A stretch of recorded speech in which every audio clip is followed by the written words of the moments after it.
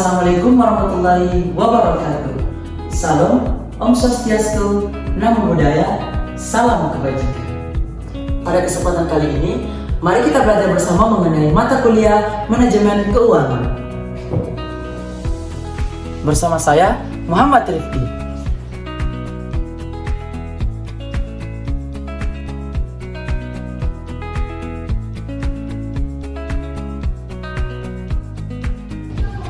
Belajar mengenai manajemen keuangan, tentunya kita harus tahu apa saja sih yang dipelajari di mata kuliah manajemen keuangan itu.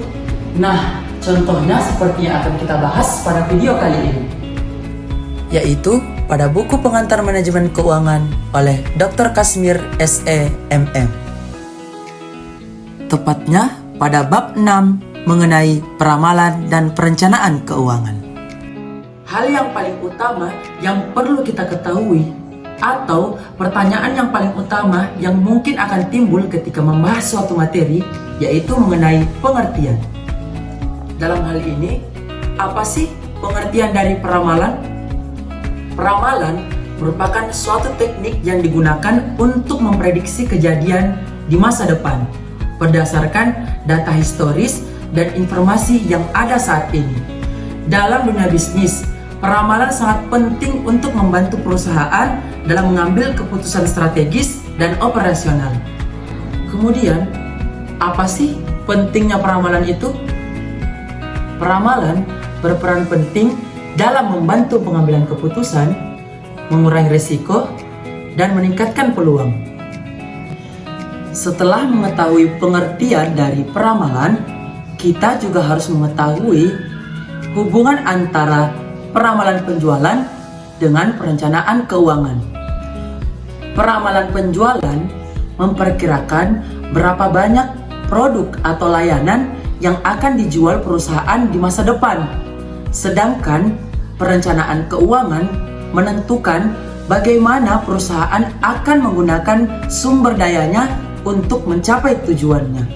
Contohnya, misalkan sebuah perusahaan sepatu ingin memperkirakan berapa banyak sepatu yang akan mereka jual di masa depan. Tentunya perusahaan ini perlu mempertimbangkan beberapa faktor berikut. Contohnya kondisi ekonomi, tren mode, dan strategi pemasaran perusahaan.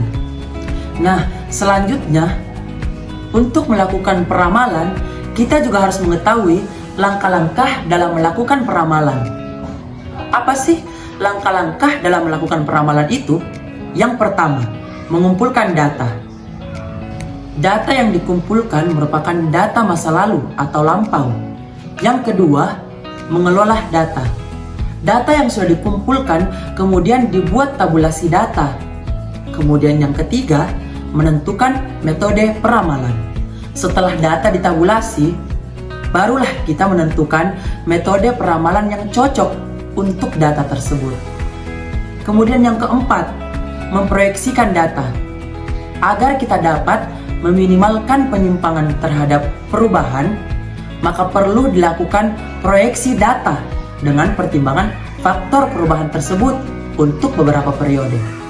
Kemudian langkah yang terakhir yaitu mengambil keputusan. Tentunya setelah kita melakukan peramalan, kita harus menentukan hasil dari peramalan tersebut. Nah, hasil peramalan yang telah dilakukan digunakan untuk mengambil keputusan untuk membuat berbagai perencanaan. Berkaitan dengan hasil peramalan, ada beberapa faktor-faktor yang mempengaruhi hasil dari peramalan yang sudah disusun. Faktor-faktor tersebut ialah yang pertama, kualitas data. Kita harus memperhatikan apabila terjadi kesalahan pengukuran data, data yang hilang, dan kebisingan data. Yang kedua, metode peramalan. Contohnya, jenis data, tingkat akurasi yang diperlukan, waktu, dan sumber daya yang tersedia. Yang ketiga, faktor eksternal. Kita juga harus memperhatikan kondisi ekonomi, persaingan, dan bencana alam. Kemudian yang keempat, kesalahan manusia. Dan yang kelima, ketidakpastian. Nah, Itulah tadi beberapa faktor-faktor yang mempengaruhi hasil dari peramalan. Nah, selanjutnya kita masuk ke bagian model dan teknik peramalan dan perencanaan. Model dan teknik peramalan. Yang pertama, metode persentase penjualan. Metode peramalan yang sederhana yang didasarkan pada persentase dari penjualan masa lalu. Yang kedua, metode regresi. Metode regresi adalah metode peramalan penjualan yang lebih kompleks yang menggunakan model statistik untuk memprediksi penjualan di masa depan. Nah, berkaitan dengan memprediksi penjualan di masa depan, kita juga harus menentukan kebutuhan permodalan untuk mendukung peningkatan penjualan di masa depan. Yang pertama, analisis penjualan historis dan proyeksi masa depan. Selanjutnya, kita mengidentifikasi kebutuhan modal untuk mendukung peningkatan penjualan. Kemudian, pilih sumber pendanaan yang tepat. Yang keempat, evaluasi risiko dan pengembalian. Selanjutnya, siapkan rencana pendanaan. Dan yang terakhir, konsultasi dengan profesional. Sebelumnya, saya telah menyinggung beberapa metode yang bisa kita ambil dalam melakukan peramalan. Nah, apa sih maksud dari metode persentase penjualan untuk menghitung kebutuhan dana ekstern?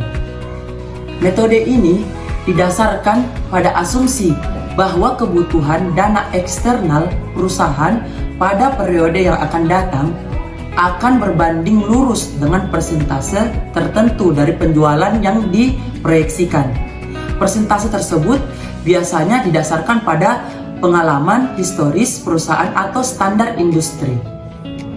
Di dalam metode persentase penjualan, kita juga bisa menggunakan metode ini untuk membuat neraca performa perusahaan.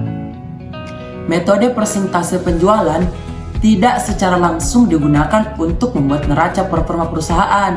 Metode ini hanya memberikan gambaran umum tentang kesehatan keuangan perusahaan. Metode persentase perusahaan adalah alat yang berguna untuk menganalisis rasio keuangan yang tercantum dalam neraca performa keuangan. Ada beberapa langkah-langkah yang dapat kita lakukan dalam metode persentase penjualan dalam membuat neraca performa perusahaan. Yang pertama, menghitung kebutuhan dana eksternal. Di dalam menghitung kebutuhan dana eksternal, kita juga harus memperhatikan yang pertama, proyeksi penjualan. Yang kedua, menentukan persentase penjualan. Kemudian, kita menghitung kebutuhan dana eksternalnya. Yang kedua, menganalisis rasio keuangan. Kita harus membandingkan kebutuhan dana eksternal dengan menggunakan rasio keuangan lainnya. Kemudian, langkah yang terakhir yaitu menarik kesimpulan. Kita juga harus membuat kesimpulan tentang posisi keuangan perusahaan dan kebutuhan modalnya. Di dalam menentukan peramalan atau di dalam melakukan peramalan, selain menggunakan metode persentase penjualan, kita juga bisa menggunakan metode regresi. Apa sih metode regresi itu? Metode regresi adalah salah satu metode peramalan yang paling umum digunakan dalam berbagai bidang termasuk bisnis, ekonomi, dan sains. Metode regresi ini menggunakan model statistik untuk memprediksi nilai masa depan suatu variabel dependen berdasarkan nilai masa lalu dari variabel lain atau variabel independen. Metode regresi adalah alat yang ampuh untuk peramalan. Namun, penting untuk dicatat bahwa metode ini memiliki beberapa keterbatasan dan penggunanya harus mempertimbangkan keterbatasan tersebut sebelum menggunakannya. Metode peramalan regresi ini juga merupakan salah satu metode ramalan yang disusun atas dasar pola data masa lalu. Penggunaan metode ini didasarkan kepada variabel yang ada dan yang akan mempengaruhi hasil peramalan. Variabel yang diteliti terdiri dari variabel yang akan dicari, seperti yang dikatakan tadi, dependent variable, dengan variabel yang menentukan, independent variable. Dengan metode regresi ini, kita akan melakukan peramalan dengan melihat pola hubungan yang ada antara variabel yang dicari dengan variabel yang menentukan atau mempengaruhi. Nah, di dalam metode regresi, ada hal-hal yang perlu diketahui sebelum kita melakukan peramalan dengan metode ini, yaitu mengetahui terlebih dahulu kondisi-kondisi seperti yang pertama, adanya informasi masa lalu. Yang kedua, informasi yang ada dapat dibuatkan dalam bentuk data atau dikuantifikasikan. Yang ketiga, diasumsikan bahwa pola data yang ada dari data masa lalu akan berkelanjutan di masa yang akan datang.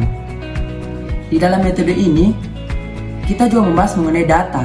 Jadi, ada beberapa jenis data yang akan ditemui di lapangan. Namun, hal ini disesuaikan dengan data yang dibutuhkan. Adapun jenis-jenis data yang ada di lapangan sebagai berikut. Yang pertama, musiman atau seasonal. Musiman merupakan data yang dipengaruhi oleh musim dalam suatu periode, seperti data harian, mingguan, atau bulanan. Contohnya untuk produk minuman, obat-obatan, dan lainnya. Kemudian, yang kedua, data horizontal, stationary. Horizontal merupakan data di mana dalam suatu produk, dalam suatu periode jumlahnya atau jumlah penjualannya konstan, atau dengan kata lain, naik turun tidak terlalu banyak. Kemudian, data yang ketiga, siklus, cyclical. Siklus adalah data yang dipengaruhi oleh fluktuasi ekonomi jangka panjang yang berkaitan dengan siklus usaha. Sebagai contoh, penjualan mobil, peralatan bengkel, dan lainnya. Kemudian, data yang terakhir yaitu data tren. Dalam hal ini, jika ada data yang diobservasi, terdapat kenaikan dan penurunan yang cukup mencolok dalam jangka panjang, pola ini dapat dilihat dari penjualan produk dari banyak perusahaan. Ada dua pendekatan untuk melakukan peramalan dengan menggunakan analisis deret waktu dengan metode regresi sederhana, yaitu yang pertama, analisis deret waktu untuk regresi sederhana linear. Yang kedua, analisis deret waktu untuk regresi sederhana yang non-linear. Masih membahas mengenai dua pendekatan tersebut. Yang pertama, kita membahas mengenai analisis deret waktu dengan regresi linear. Dalam analisis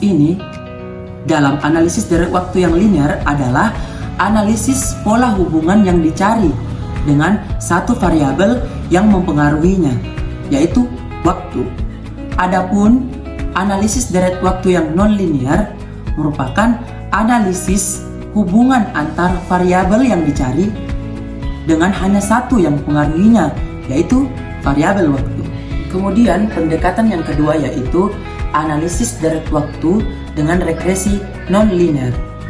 Analisis deret waktu dengan regresi non-linear merupakan regresi bukan garis lurus.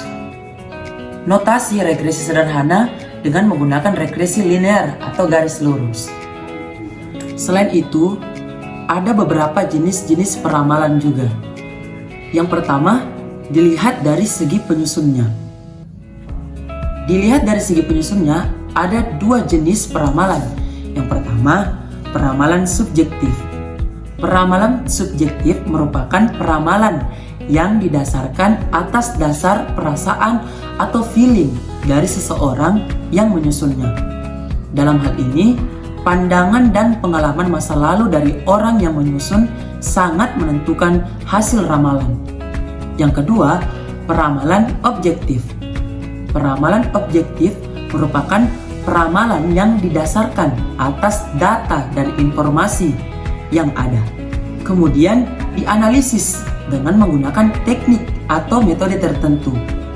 Data yang digunakan biasanya data masa lalu untuk beberapa periode. Kemudian yang kedua, dilihat dari segi sifat ramalan. Dilihat dari segi sifat ramalan, terbagi menjadi dua peramalan. Yang pertama, peramalan kualitatif. Peramalan kualitatif merupakan peramalan yang didasarkan atas data kualitatif, dan biasanya peramalan ini didasarkan kepada hasil penyelidikan sebelumnya. Kemudian yang kedua, peramalan kuantitatif. Peramalan kuantitatif merupakan peramalan yang didasarkan atas data kuantitatif masa lalu dalam bentuk angka-angka. Kemudian yang terakhir, jenis peramalannya yaitu dilihat dari segi jangka waktu. Dilihat dari segi jangka waktu terbagi menjadi 3 peramalan. Yang pertama, peramalan jangka pendek.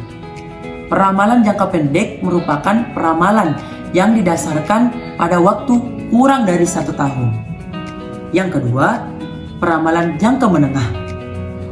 Peramalan jangka menengah merupakan peramalan yang didasarkan pada rentang waktu dari 1 tahun sampai 3 tahun. Kemudian yang terakhir, peramalan jangka panjang. Peramalan jangka panjang merupakan peramalan yang didasarkan pada kurun waktu lebih dari 3 tahun. Selain membahas mengenai metode-metode, kita juga harus membahas mengenai laporan keuangan performa seperti yang telah dibahas sebelumnya. Jadi laporan keuangan performa merupakan proyeksi neraca dan laporan laba rugi suatu perusahaan pada akhir periode peramalan. Alat sederhana yang digunakan untuk membuat laporan keuangan performa perusahaan dapat dilakukan dengan pertama, tadi metode persentase penjualan, yaitu dengan mencari semua pos dalam laporan laba rugi dan neraca yang berubah sesuai dengan perubahan penjualan. Kemudian yang kedua, pendekatan pertimbangan. Jadi, pendekatan pertimbangan terhadap kemungkinan yang akan terjadi. Dalam praktiknya, setiap metode yang telah saya katakan tadi memiliki beberapa kelemahan. Dan kelemahannya dari metode ini adalah yang pertama, asumsi bahwa kondisi keuangan masa lalu merupakan indikator yang tepat untuk masa yang akan datang. Yang kedua, asumsi bahwa beberapa pos seperti kas, piutang, dan sediaan besarnya bisa sesuai dengan yang diinginkan.